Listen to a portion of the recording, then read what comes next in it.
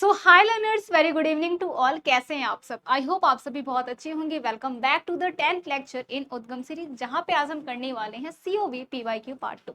तो बच्चों, इससे पहले हमने सीओवी की पीवाईक्यू पार्ट 1 में कर रखा है काम, जहां पे हमने देखा है प्रीवियसली हमने ये कर रखा है। आज सेम पैटर्न को फॉलो करते हुए हम पीवाईक्यू पार्ट 2 करने वाले हैं।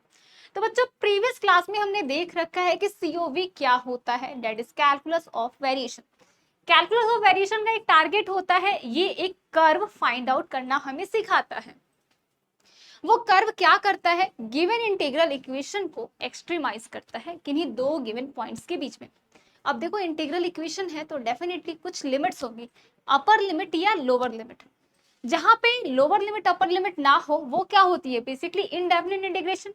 बट यहाँ पे हम एक डिफाइंड इंटीग्रल इक्वेशन लेंगे जहां पे कुछ दो पॉइंट्स होंगे। तो दो पॉइंट्स के बीच में जो इंटीग्रैंड होता है, उस पे ऑपरेशन जो लगाते हैं, उसके बाद जो हमें y(x) मिलता है, वो किस तरीके से उस इंटीग्रैंड को एक्सट्रीमाइज कर रहा है, यानी कि उसे मैक्सिमाइज कर रहा है या फिर मिनिमाइज कर रहा है। तो बच्चों, ये चीजें हम पता है हमें सीओवी का टारगेट। आज की क्लास में हम देखने वाले हैं कि कैसे हम काम करते हैं।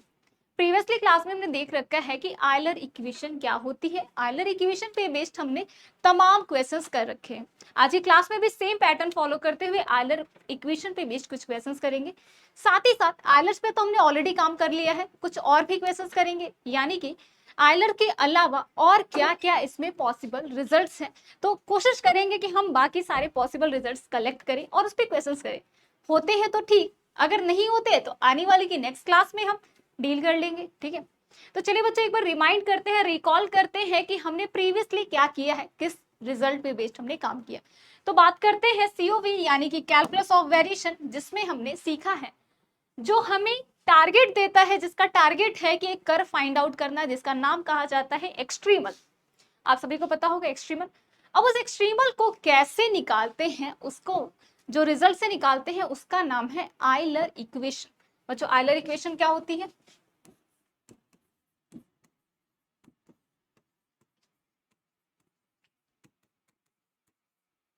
जैसा कि मैंने बोला कि ये सीओबी से आता है। अब सीओबी क्या होता है, एक वेरिएशनल प्रॉब्लम, यानी कि एक इंटीग्रल इक्वेशन होती है। किस तरीके से, I of Y X is equal to integration from x1 to x2 F of X Y Y dash dx।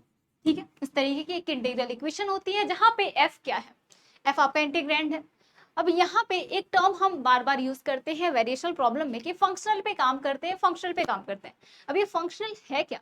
तो बच्चों, ये फंक्शनल है, ये जो भी f है इस पे सॉल्यूशन लगाएंगे डेफिनेटली वो डिपेंडेंट, इंडिपेंडेंट और डेरिवेटिव होगा डिपेंडेंट का।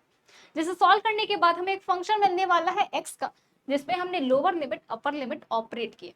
ये x1 और x2 क्या है, दो नंबर्स जो कैसे हैं, कॉन्स्टेंट्स हैं। अब इसमें हमने ये ऑपरेट किया तो यहाँ से हमें क्या समझने को मिला कि ये एक न्यूमेरिकल क्वांटिटी देगी, जिसे हम फंक्शनल कहते हैं। प्रीवियस क्लास में हमने समझ रखा है कि इसके जितने भी बेसिक टर्मिनोलॉजी हैं। खैर, यहाँ पे अब डेफिनेट आपकी इंटीग्रल इक्वेशन तो दे दिया। अब यहाँ पे कुछ आपको कुछ कंडीशंस देगा, जैसे कि x1 पे हमें कुछ वैल्यू मिलेगी, लेट से y1। सिमिलरली आपके पॉइंट x2 पे बच्चों क्या मिलेगी, कुछ वैल्यू, लेट से y2। क्लियर है सबको? अब चलिए बात करते हैं कि इस प्रॉब्लम से कैसे हम एक्सट्रीमल निकालते हैं। तो इसी एक्सट्रीमल को निकालने के लिए हमें मिलता है आयलर इक्वेशन, जो कुछ इस तरीके से डिफाइंड होता है कि del F upon del y minus D D x of del F upon del Y dash is equal to 0। Clear है? इस रिजल्ट से हम इस आयलर इक्वेशन से y के बारे में जानकारी निकालते हैं, y के बारे में इंफॉर्मेशन निकालते हैं कि y क्या है एग्जैक्टली। उसके बाद हम देखते हैं किस तरीके से वो एक्सट्रीमाइज कर रही है। तो यही है बच्चों आयलर इक्वेशन। अब बात किया जाए कि आयलर इक्वेशन क्या यही होती है या फिर और भी इसके स्टैंडर्ड फॉर्म्स होते हैं। तो दिस इज स्टैंडर्ड इक्वेशन, जहां पे आपका जो इंटीग्रैंड है इसमें डिपेंडेंट वेरिएबल, इंडिपेंडेंट वेरिएबल और डेरिवेटिव का केवल और केवल एक डिपेंडेंट वेरिएबल है। अब जरूरी तो नहीं है कि ये इंटीग्रैंड क्या हो, जो फंक्शनल है हमेशा केवल एक डेरिवेटिव को कंटेन करे डिपेंडेंट के। मोर देन वन हो सकते हैं, यानी कि हायर ऑर्डर डेरिवेटिव पॉसिबल है। डेरिवेटिव जो है ये पॉसिबल है हायर ऑर्डर, साथ ही साथ जो डिपेंडेंट वेरिएबल है बच्चों ये भी मोर देन वन पॉसिबल है, जो इंडिपेंडेंट वेरिएबल है ये भी मोर देन वन पॉसिबल है। तो इस पे तमाम रिजल्ट्स हैं जिसको हम वन बाय वन डील करेंगे, जैसे हमारा क्वेश्चन आएगा उसके अकॉर्डिंग रिजल्ट को एट दैट टाइम डील करेंगे। बट फिलहाल मैं अगर आपको बात बताऊं कि सीओवी में यानी कि कैलकुलस ऑफ वेरिएशन में क्या इंपॉर्टेंट है, तो पूरे एक रिजल्ट जो थ्रू आउट पूरे सीओवी के प्रॉब्लम को सॉल्व करती है वो है ये इक्वेशन।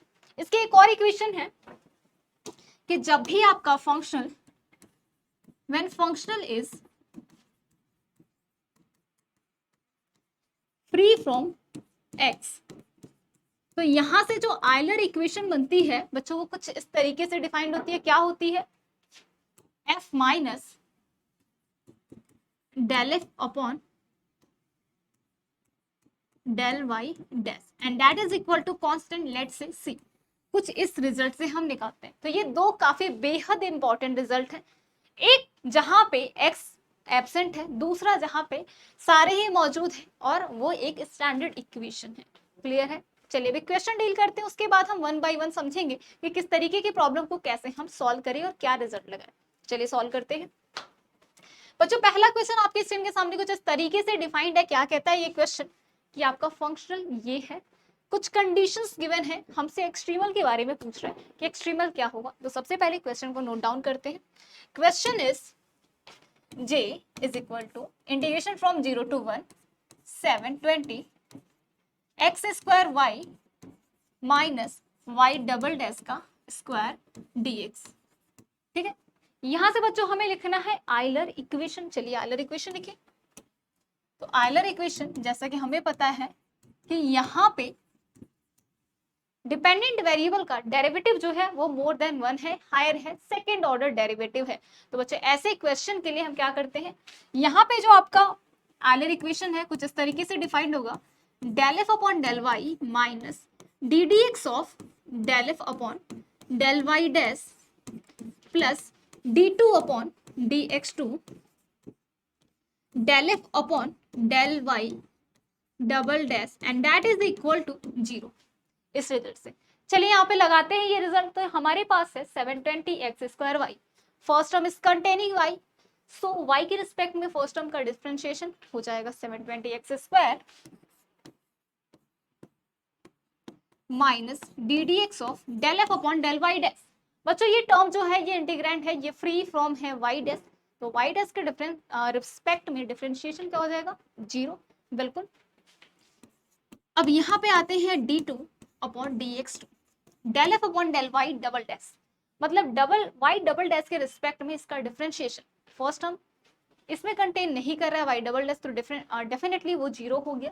दूसरा टर्म कंटेन कर रहा है वाई डबल डैश, तो इसका डिफरेंशिएशन करें तो ये आया -2 Y double dash and that is equal to 0।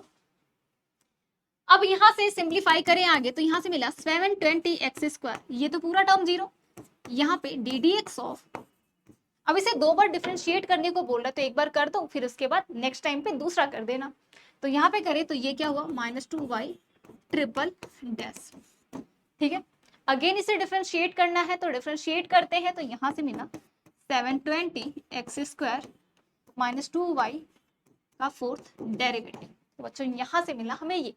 चलिए इसे थोड़ा सा आगे से सिंप्लीफाई करें, अलग अलग साइड लिख सकते हैं। तो ये क्या लिखा जा सकता है कि 720 x square is equal to 2 Y का फोर्थ डेरिवेटिव। क्लियर है? यहाँ से हमें ये मिला।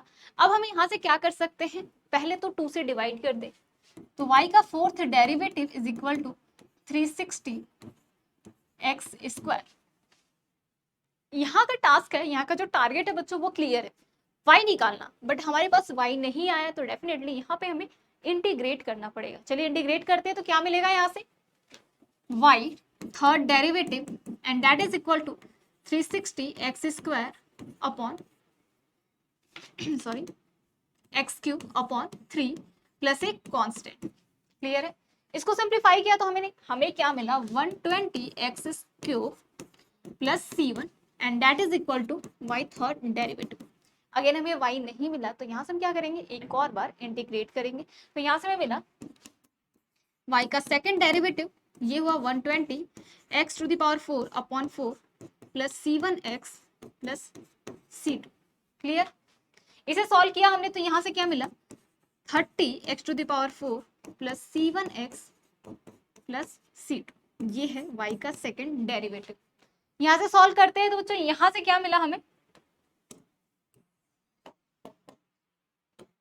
यहाँ से हमें मिला y का फर्स्ट डेरिवेटिव, ये हुआ 30 अपॉन 5 और यहाँ पे x to the power 5 plus C1x square by 2 plus C2x plus एक कांस्टेंट C3।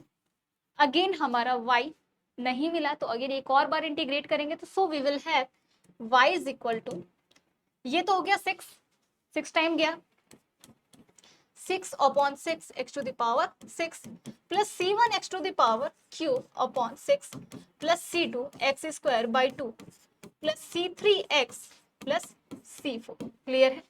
यहाँ से हम सिंप्लीफाई करें तो यहाँ से हमें मिल रहा है कि y is equal to X to the power 6 plus C1 X to the power cube upon 6 plus C2 X square by 2 plus C3 X plus C। ये हमें मिला। अब चलिए कुछ कंडीशंस लगाते हैं जो हमारे क्वेश्चन में गिवन है। तो क्वेश्चन में गिवन है बच्चों कि 0 पे 0 है, साथ ही साथ डैश 0 पे भी 0 है। तो पहले 0 पे 0 लगाए तो यहाँ से मिला हमें 0 पे 0 लगाने पे C4 की वैल्यू 0। कह रहे हैं कि y डैश जो आया है अगर इसे भी 0 रखे तो यहाँ की वैल्यू मिल रही है 0।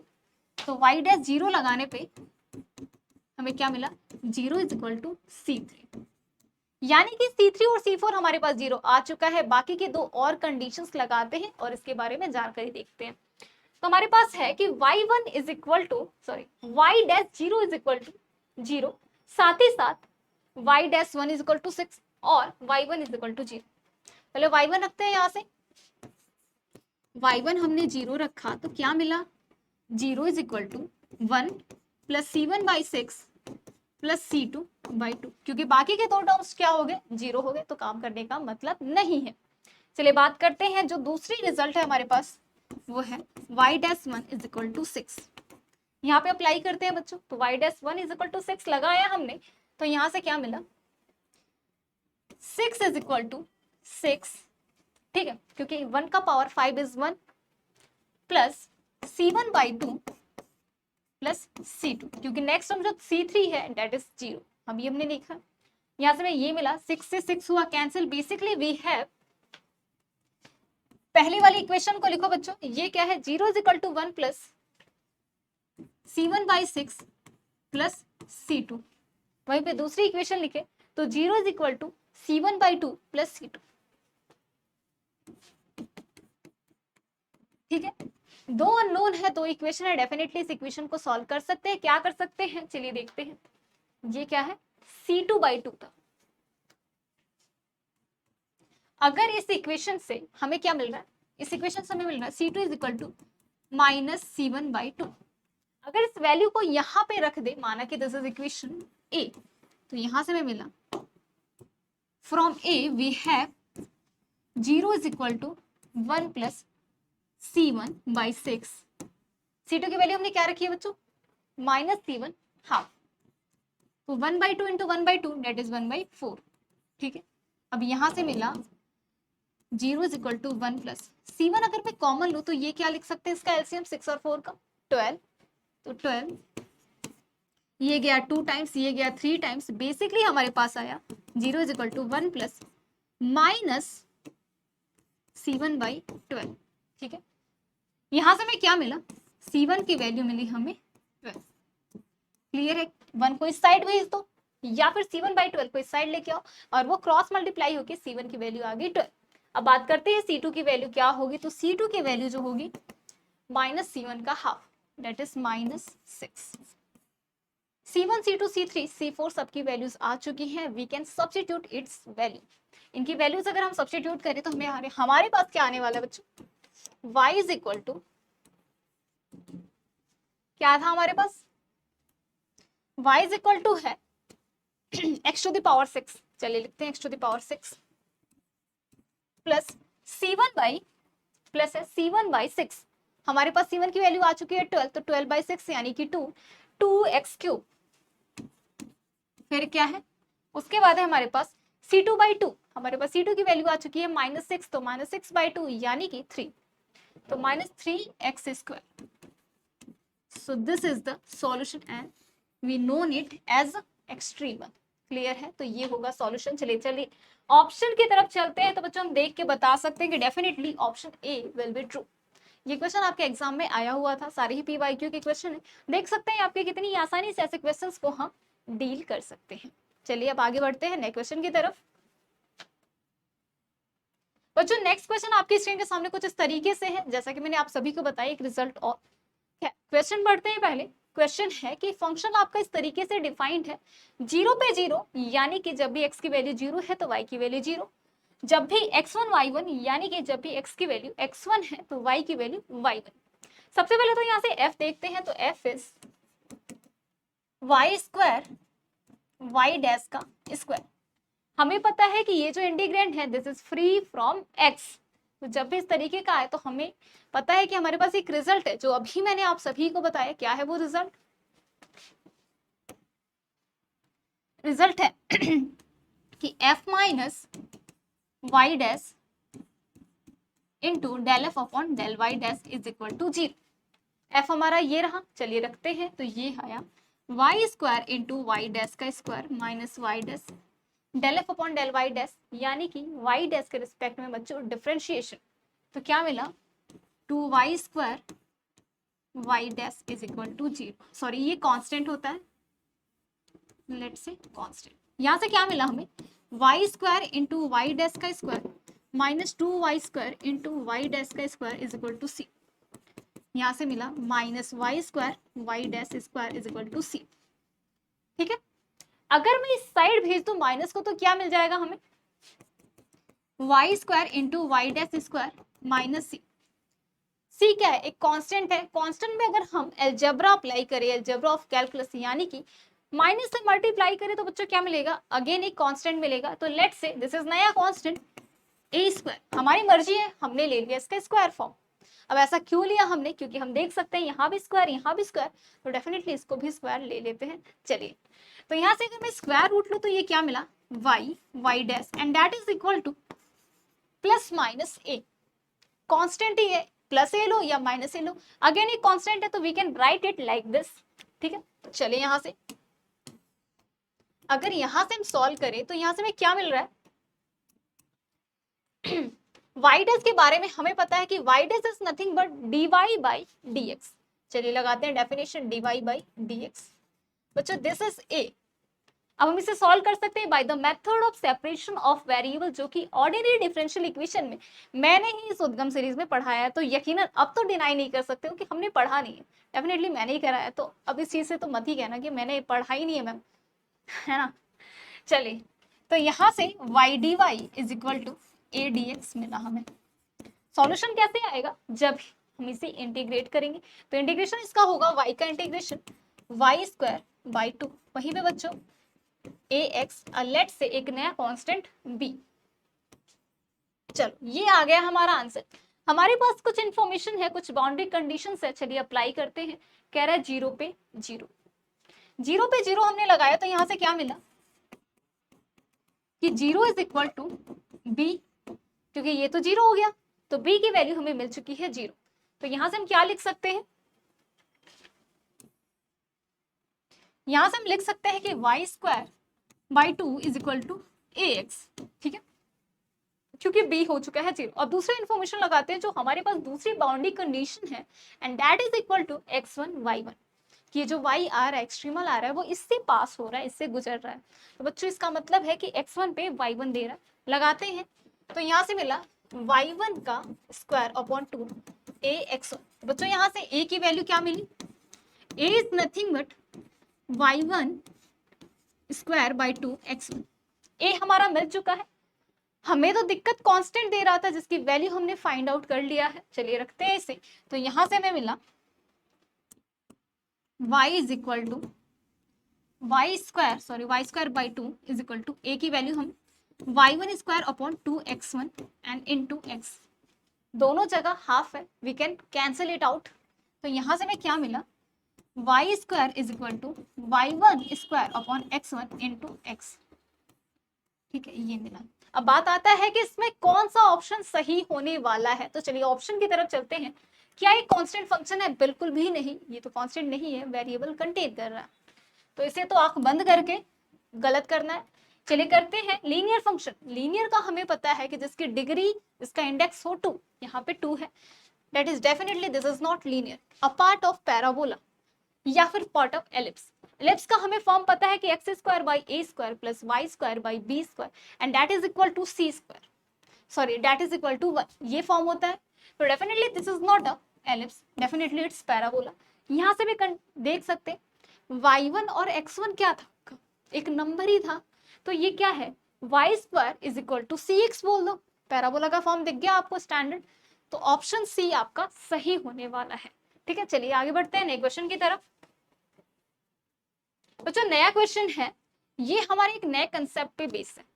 क्या कह रहा है कि फंक्शन आपका डिफाइंड है, साथ ही साथ कुछ कंडीशंस भी हैं, और कह रहा है कि इस पे ये क्या होगा। y हमें दे रखा है कि इस पॉइंट पे क्या होने वाला है, minima, maxima, strong minima, weak minima, इस तरीके से। हमें पता है एक लेजेंडरी नाम का एक रिजल्ट है। क्या है रिजल्ट, कि लेजेंडरी इक्वेशन, लेजेंडरी मेथड कहता है कि जब भी हमारा f क्या हो, थ्राइस डिफरेंशिएबल, मतलब यानी कि कम से कम 3 बार वो डिफरेंशिएट हो जाए। 3 से ज्यादा हो बहुत बढ़िया, 4 हो, 5 हो, 6 हो, 7 हो, 8 हो, 9 हो, 10 हो, मतलब बहुत ही बढ़िया, लाजवाब। लेकिन कम से कम 3 बार होना चाहिए वो डिफरेंशिएबल। अगर ऐसा कुछ है तो बिल्कुल यहाँ पे हम लेजेंडरी लगा सकते हैं मेथड, एंड दैट इज कि F Y dash Y dash, ये निकालना है। अगर बच्चों ये ग्रेटर देन 0 आ गया, ठीक है, फॉर ऑल y, तो यहां से मिलेगा स्ट्रॉन्ग मिनिमा। अगर ये ग्रेटर देन 0 तो आया, ठीक है, ग्रेटर देन 0 तो आया, लेकिन हर एक y के लिए नहीं, y क्लोज टू p। अब मैम यहाँ पे y क्लोज टू p क्या है बता दे, इसके बारे में भी पहले इसका जो रिजल्ट है वो लिख लेते हैं। तो बच्चों मिनिमा के लिए तो ये रहा, अगर ऐसा कुछ है तो यहां से मिलेगा वीक मिनिमा। ठीक है, वैसे तो एक और तरीका है, ये रिजल्ट तो है, साथ ही साथ आपका विस्ट्रास मेथड भी है। खैर विस्ट्रास मेथड से ना जाके अगर हम इस मेथड से जाए तो ये मेथड कहता है लेजेंडरी मेथड, कि अगर आपका फंक्शनल थ्राइस डिफरेंशिएबल है, इंटीग्रेंड थ्राइस डिफरेंशिएबल है कम से कम, तब हम ये रिजल्ट लगा सकते हैं। दूसरा है कि एफ वाई डैश क्या आ जाए, लेस देन 0 आ जाए हर एक y के लिए, फॉर ऑल y। तो यहां से हमें मिलता है स्ट्रॉन्ग मैक्सिमा। अगर एफ वाई डैश क्या हो जाए, लेस देन 0 हो जाए, for y close to p, less than 0 हो जाए y क्लोज टू p, तो ऐसे में हमें क्या मिलेगा, वीक मिनिमा, सॉरी मैक्सिमा। ठीक है, ये मिलने वाला है। मैम यहाँ पे P क्या है, ये जो P टर्म है ये क्या है, तो P जो है ये y डैश जो निकालते हैं उसी को ही हम P बोल देते हैं। ठीक है, जो y डैश यानी कि जो y है, यानी कि जो डिपेंडेंट वेरिएबल है, उसको अगर हम डिफरेंशिएट करें y डैश को ही हम P बोल देते हैं। ठीक है, चलिए तो ये रिजल्ट है। इस क्वेश्चन में अप्लाई करते हैं तो यहाँ पे हमारे पास कुछ इस तरीके से, सबसे पहले f लिखते हैं, f इज y डैश का square plus x square. Clear है सबको, इस तरीके से डिफाइंड है। हमें पता है कि definitely f is thrice differentiable, आसानी से कर सकते हैं। चलिए अगर मैं इसे इंटीग्रेट डिफरेंशिएट करूं, एफ वाई डैश निकालूं, तो क्या मिला 2y डैश। हमें एक और बार इसे y डैश के रिस्पेक्ट में डिफरेंशिएट करना है, तो हमें मिला F Y dash into Y dash that is equal to 2। अब 2 कैसा नंबर है, 2 इज ऑलवेज ग्रेटर देन 0, ये हमेशा ग्रेटर देन 0 है फॉर ऑल y। मैम कैसे पता चला आपको कि ये फॉर ऑल y है, क्या ये किसी फंक्शन पे डिपेंड कर रहा है, क्या ये किसी भी y, किसी भी x, किसी पे भी डिपेंड कर रहा है, बिल्कुल भी नहीं, ये किसी भी y और उसके डेरिवेटिव पे जब डिपेंड नहीं कर रहा, फ्री है। 2 एक ऐसा नंबर है जो कि यूनिवर्सली ट्रू है कि वो ग्रेटर देन 0 तो है ना। तो ये तो फॉर ऑल y हो गया क्योंकि ये फ्री फ्रॉम y है। तो we can say strong minima. ठीक है, अब एक खास बात ये है इस रिजल्ट की, एक और खासियत है पिछले वाले रिजल्ट की, कि जो भी स्ट्रॉन्गनेस है वो वीकनेस को इम्प्लाई करता है। मतलब अगर स्ट्रॉन्ग मिनिमा है तो वीक मिनिमा भी होगा, अगर स्ट्रॉन्ग मैक्सिमा है तो बच्चों वीक मैक्सिमा भी होगा। चलिए देखते हैं कैसे, मतलब कैसे तो क्या ही, यहाँ पे अभी हम क्वेश्चन सॉल्व कर रहे हैं तो कैसे तो ना ही करें, यहाँ पे रिजल्ट लिख ले। ठीक है, तो स्ट्रॉन्गनेस क्या इंप्लाई करता है? वीकनेस। तो स्ट्रॉन्ग इंप्लाई वीक। मैम क्या इसका कन्वर्स ट्रू है? बिल्कुल भी नहीं, इसका कन्वर्स ट्रू नहीं है, तो इसको ध्यान में रखना हमेशा। मैम आपने थ्राइस डिफरेंशिएबल ही क्यों बोला? ट्वाइस पे भी तो काम हो सकता है। मैंने कहा चलिए ठीक है, अगर आप ट्वाइस पे बात कर रहे हो तो हम क्या कर सकते हैं, फॉर एग्जाम्पल हमने क्या लिया, y को हमने लिया, सॉरी f को हमने लिया y डैश। ठीक है, अब ये क्या है पता नहीं थ्राइस है या नहीं। अगर हम y डैश निकाले तो 1, y डबल डैश निकाले तो 0। ठीक है, अब ये कैसे, एक सिचुएशन आ गई, एक एम्बिग्यूटी आ गई, ये क्या है, ना ही नेगेटिव है ना ही पॉजिटिव है, एक कंफ्यूजन वाली अवस्था आ गई। ये तो मैंने बहुत ही बेसिक एग्जांपल दिया, कुछ भी एक ऐसा टर्म जो ट्वाइस डिफरेंशिएबल ना हो, तो वहां पे हमें जब भी एम्बिग्यूटी की समस्या मिलती है तो ऐसे में हम क्या कहते हैं कि इस चीज से बचने से अच्छा है कि हम जो भी एफ ले that should be thrice differentiable. Clear है? चलिए नेक्स्ट क्वेश्चन आपके स्क्रीन के सामने कुछ इस तरीके से क्वेश्चन कहता है कि आपका फंक्शनल इस टाइप से डिफाइंड है, जो कि अभी हमने किया। ये क्वेश्चन तो डन है, जिसका आंसर है पार्ट सी। ठीक है, ऑप्शन सी इज ट्रू। ये क्वेश्चन अभी हमने सॉल्व किया, यहां से मैं क्या मिला था, y is equal to y1 square upon x1 into X, यही मिला था, डेट इज पैराबोला। ठीक है, ये 2 बार आया है क्वेश्चन, तो इस वजह से 2 बार लेके आ गया। ठीक है, चलिए अब ये क्वेश्चन बेहद इंपॉर्टेंट है। पिछले वाले मतलब 3 क्वेश्चन हमने किए, बेसिकली तीनों क्वेश्चन में हमने 3 तरीके के रिजल्ट लगाए। एक में आइलर का स्टैंडर्ड लगाया, स्टैंडर्ड का थोड़ा एक्सटेंडेड यानी कि हायर डेरिवेटिव। दूसरा क्वेश्चन जो लिया हमने उसमें लगाया कि अगर आपका स्ट्रॉन्गनेस वीकनेस इसके बारे में बात करें तो, मतलब वो तीसरा क्वेश्चन था बेसिकली। उससे पहले क्वेश्चन हमने कौन सा डील किया, वहां पे हमने देखा कि अगर x एब्सेंट हो, अगर x एब्सेंट हो तब किस तरीके से आयलर इक्वेशन बनती है और कैसे सॉल्व किया जाता है, उसको हमने देखा। तो 3 कंसेप्ट हमने सीख लिए। चौथा कंसेप्ट है इस पे बेस्ड, यहाँ पे आप देख सकते हो कि 2 आपको फंक्शनल गिवन है, एक फंक्शनल क्या कर रहा है, दूसरे वाले को एक्सट्रीमाइज कर रहा है। ठीक है, इस तरीके के फॉर्म को बोलते हैं आइसोपैरामेट्रिक इक्वेशन, आइसोपैरामेट्रिक फॉर्म, जिसका टारगेट ही यही है कि जो मैक्सिमम एरिया क्या करे, एनक्लोज करे, जो मैक्सिमम एरिया एनक्लोज करे। चलिए तो ऐसे क्वेश्चन में क्या होता है कि जो भी आपका फंक्शनल क्या हो, इक्वल टू कोई कांस्टेंट हो, उसे एक पैरामीटर के साथ एड ऑन करते हैं और इन दोनों वेरिएशनल प्रॉब्लम से, इन दोनों फंक्शनल से एक नया फंक्शनल जनरेट करते हैं। कैसे? Let's say f of f is equal to f plus lambda G. Ma'am ये f और g क्या है, ये तो मुझे पता चलेगा कि आपने एक नया बनाया। ये स्मॉल f स्मॉल g क्या है, तो बच्चों आपको ये गिवन होगा क्वेश्चन में, दोनों ही वेरिएशनल प्रॉब्लम, दोनों ही फंक्शनल होगा। f क्या है आपके क्वेश्चन में गिवन है, ये दिस इज f, g क्या है ये। अब मैम g क्या लैम्डा के साथ ही रखना है, कैसे पहचानेंगे किसको f लेना है किसको g? तो बिल्कुल जो भी आपका फंक्शन इक्वल टू कोई कांस्टेंट हो बच्चे, c हो, यहाँ पे c की वैल्यू क्या गिवन है, यहाँ पे 1, तो इसे हमने g लेना है। क्लियर है? तो यहाँ से मैं क्या मिला, अगर हम खुद से इंट्रोड्यूस करें फंक्शन, तो यहाँ से मिला f की value y dash square plus lambda, g की वैल्यू क्या है हमारे पास, y स्क्वायर, ये आया नया। This is new functional. Again यहाँ पे क्या करना पड़ेगा, सॉल्व करना पड़ेगा। कैसे? By using Euler equation. तो इस क्वेश्चन के थ्रू आपको कंसेप्ट भी समझ आ जाएगा कि कैसे कैसे इस टाइप के क्वेश्चंस में काम किया जाता है। तो वर्किंग रूल भी साथ साथ समझते चले, है ना, 2 in 1। चलिए मैथ्स वाले तो वैसे भी 2 in 1 करते हैं। तो आयलर इक्वेशन लिखे अगर हम, तो क्या मिला, del F upon del Y. Del F upon del Y का हम देख सकते हैं यहाँ पे ये टर्म y को कंटेन कर रहा है, तो यहाँ से मिला 2 lambda y minus D D x of del F upon del Y dash. ये वाई डैश स्क्वायर का डिफरेंशिएशन क्या हो जाएगा बच्चों, वाई डैश के रिस्पेक्ट में, 2y dash and that is equal to 0। चलिए बढ़िया, यहां से मैं क्या मिला 2 lambda y minus 2y double dash and this is equal to 0। तो यहाँ पे आप देख सकते हो 2 सब में ही कॉमन है, तो हम क्या कर सकते हैं 2 से डिवाइड कर सकते हैं। चलिए चलिए जी बढ़िया, y dash minus lambda y। Ma'am आपने ये क्या कर दिया, तो क्या हो गया, मैंने माइनस से मल्टीप्लाई कर दिया। तो अगर इस इक्वेशन में माइनस से मल्टीप्लाई किया LHS में, तो RHS में भी कर दो। जीरो में क्या किसी माइनस प्लस से मल्टीप्लाई करोगे तो उसकी प्रेजेंस में फर्क पड़ेगा, बिल्कुल भी नहीं, तो कर दिया हमने।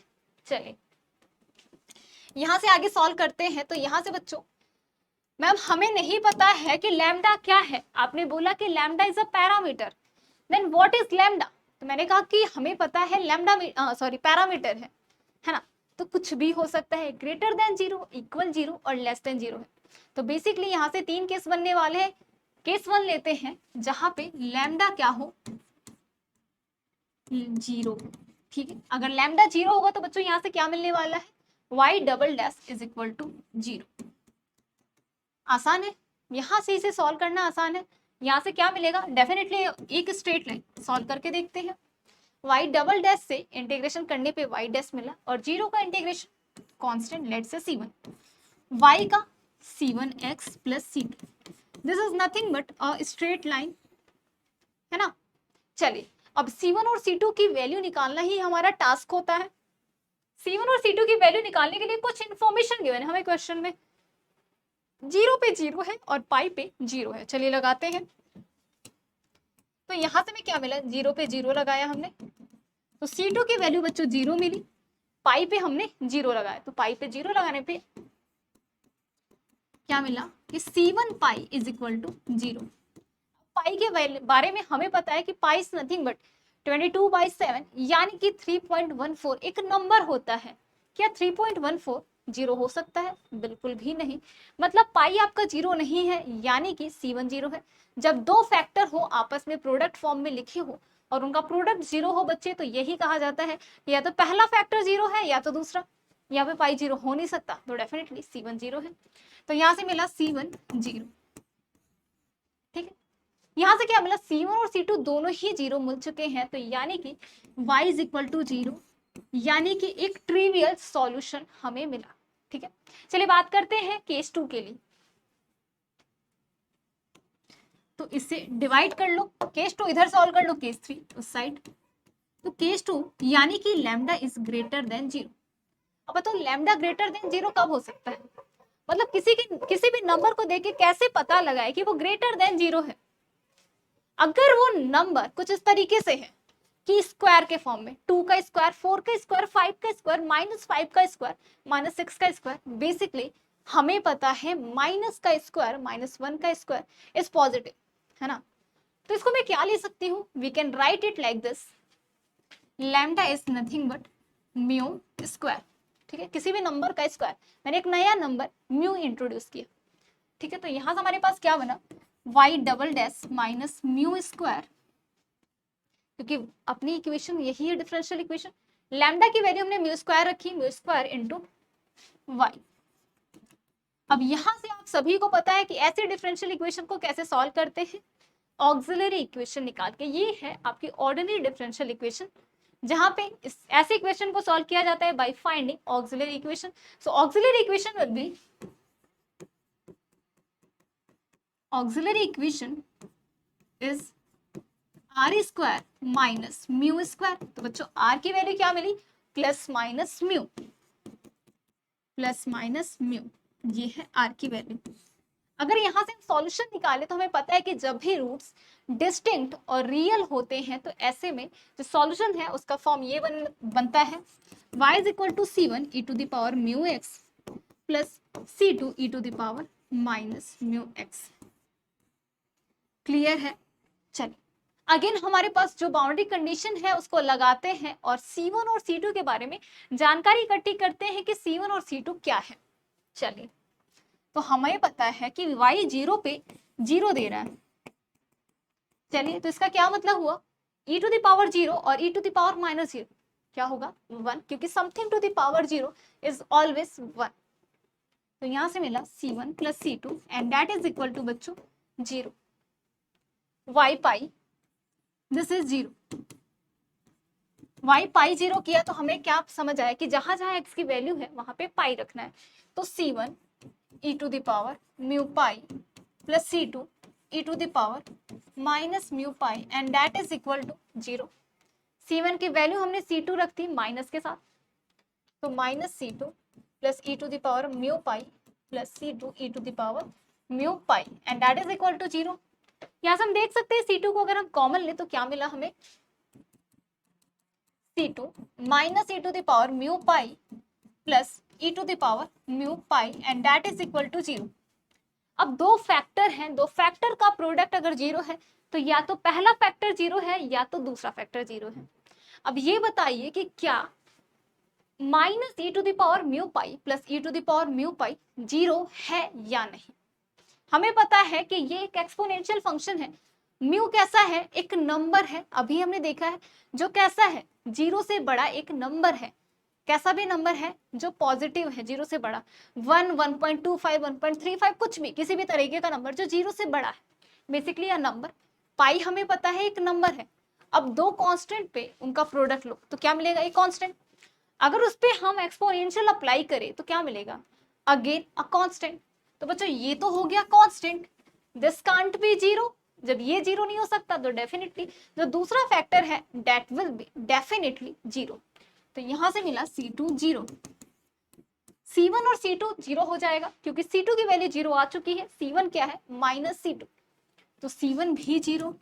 यानी कि हमें जो सॉल्यूशन मिला वो मिला एक ट्रिवियल सॉल्यूशन, यानी कि y is equal to zero. ये क्या हो गया, यहाँ तो यहाँ भी जीरो हो गया, वहां भी जीरो हो गया। चलिए देखते हैं केस 3 में क्या कुछ हमारी ओपिनियन बदलती है या फिर ये थ्रू आउट ट्रिवियल सॉल्यूशन देने वाले हैं। तो चलिए देखते हैं। तीसरा केस हमने लिया जहां पे लैम्डा हमने माना लेस देन जीरो। ठीक है, अगेन हमने इस पे माना कि लैम्डा बच्चों क्या है, लेस देन जीरो। अब कोई भी नंबर नेगेटिव कब हो सकता है, जब उस पॉजिटिव नंबर में माइनस से मल्टीप्लाई कर दिया जाए। पॉजिटिव हमें पता है कि किसी नंबर का स्क्वायर होता है पॉजिटिव हमेशा, अगर उस नंबर में माइनस से मल्टीप्लाई कर दूं तो वो हो जाएगा नेगेटिव। क्या मैम ये हमेशा ट्रू होता है, यस ये डेफिनेटली हमेशा ट्रू होता है अनटिल एंड अनलेस, जब तक वो नंबर खुद ब खुद ही जीरो ना हो। जब तक वो खुद जीरो नहीं होता तब तक वो हमेशा वैलिड होता है। तो हम तो वैसे भी ग्रेटर देन जीरो की बात कर रहे हैं, तो जीरो तो हम वैसे भी इंक्लूड नहीं कर रहे, तो वो तो वाली जो भी आपकी प्रोबेबिलिटी है वो पॉसिबिलिटी आपकी खत्म हो जाएगी। वी विल हैव यहाँ पे माना कि लैम्डा क्या है माइनस म्यू स्क्वायर, क्लियर है। चलिए यहां से हमें क्या मिला, y double dash minus lambda था, तो माइनस माइनस बच्चों plus mu square y and that is equal to zero. यहां से हमें जीरो मिला। अगेन ऑक्सिलरी इक्वेशन लिखी जा सकती है, तो auxiliary equation will be, auxiliary equation is r square plus mu square. बच्चों r की वैल्यू क्या मिली यहां से, प्लस माइनस म्यू अयोटा। जब भी हमारे रूट्स क्या हो कॉम्प्लेक्स कॉन्जुगेट होते हैं तो यहाँ पे सॉल्यूशन का ये तरीका है, कुछ इस तरीके से सॉल्यूशन लिखा जाता है, and that is y is equal to c1 cos mu x plus c2 sin mu x। अब यहाँ पे अगेन सॉल्यूशन आ चुका है, कंडीशंस लगाएंगे and then we will see कि क्या होता है सॉल्यूशन। चलिए पहला हमने लगाया जीरो पे जीरो, जीरो पे जीरो हमने लगाया तो क्या मिला, zero is equal to cos zero की वैल्यू होती है 1, तो c1 इंटू 1 इज 1, और sin जीरो की वैल्यू जीरो, तो ये पूरा टर्म है जीरो हो गया।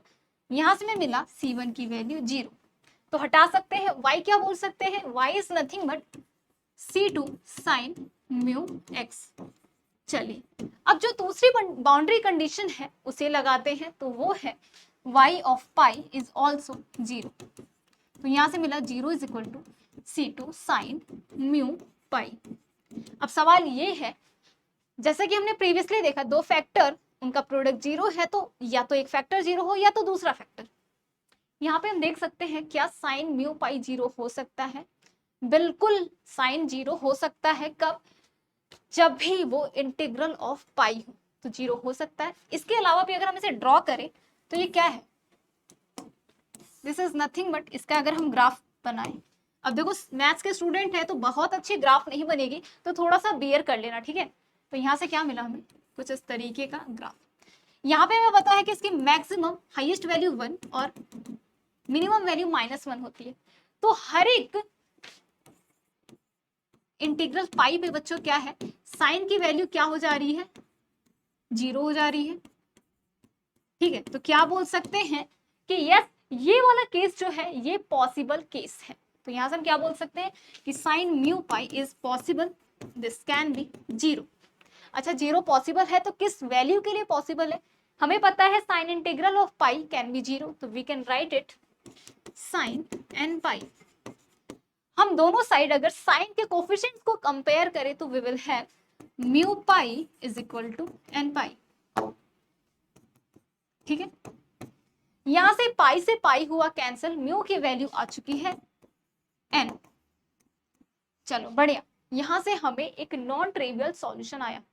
मैम क्या C2 0 हो सकता है, बिल्कुल ही 0 हो सकता है, बट जैसे ही मैंने C2 की वैल्यू 0 रखी, C1 ऑलरेडी 0 है, एक ट्रिवियल सॉल्यूशन आएगा। ऑलरेडी दो दे चुके हैं हमें ट्रिवियल सॉल्यूशन, तो क्या मतलब है एक और ट्रिवियल लेने का, हम नॉन ट्रिवियल की बात करते हैं। तो यहां से बच्चों में क्या मिला, y is equal to C2 sin nx, this is a solution.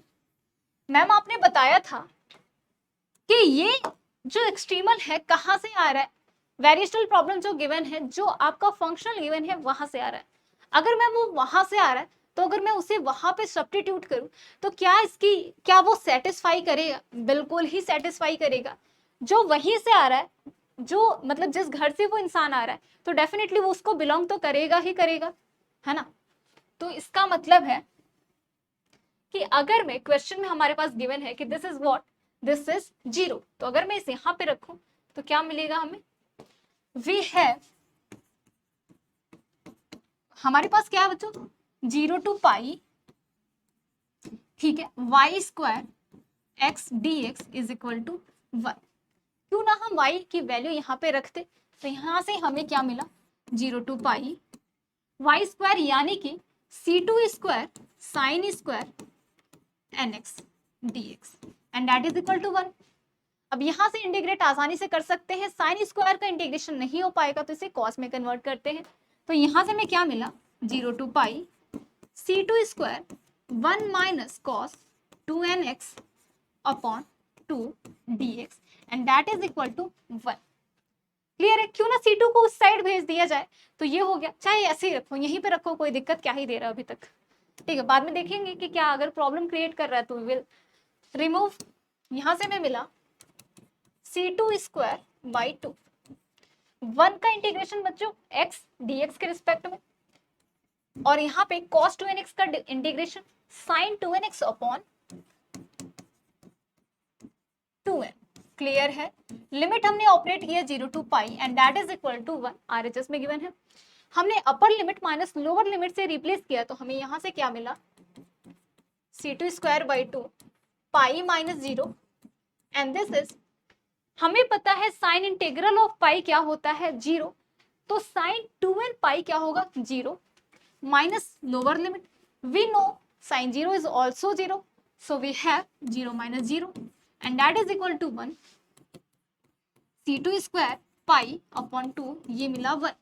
तो बच्चों C2 की वैल्यू क्या हो जाएगी, पहले स्क्वायर के फॉर्म में रखते हैं, तो C2 स्क्वायर की वैल्यू 2 अपॉन पाई, तो C2 की वैल्यू हो गई स्क्वायर रूट लेने पे प्लस माइनस √2 अपॉन पाई। तो बच्चों इसका सॉल्यूशन क्या हो जाएगा, y will be, y is nothing but C2 sine x, C2 की वैल्यू आ चुकी है plus minus 2 upon √2 upon pi in fact, and that is sine nx। ये है हमारा एक non trivial solution and this is free from constant, तो definitely this is that required extremal, हमें एक्सट्रीमल मिल चुका है। तो ये क्या है प्रॉब्लम, ये एक आइसोपैरामेट्रिक प्रॉब्लम है। क्या कहती है ये प्रॉब्लम कि यहाँ पे अगर फंक्शन दो गिवन हो और एक फंक्शन के साथ कुछ कांस्टेंट गिवन हो, उसकी वैल्यू गिवन हो, तो ऐसे में हम एक नया फंक्शनल बनाते हैं जिसपे हम आयलर इक्वेशन ऑपरेट करते हैं।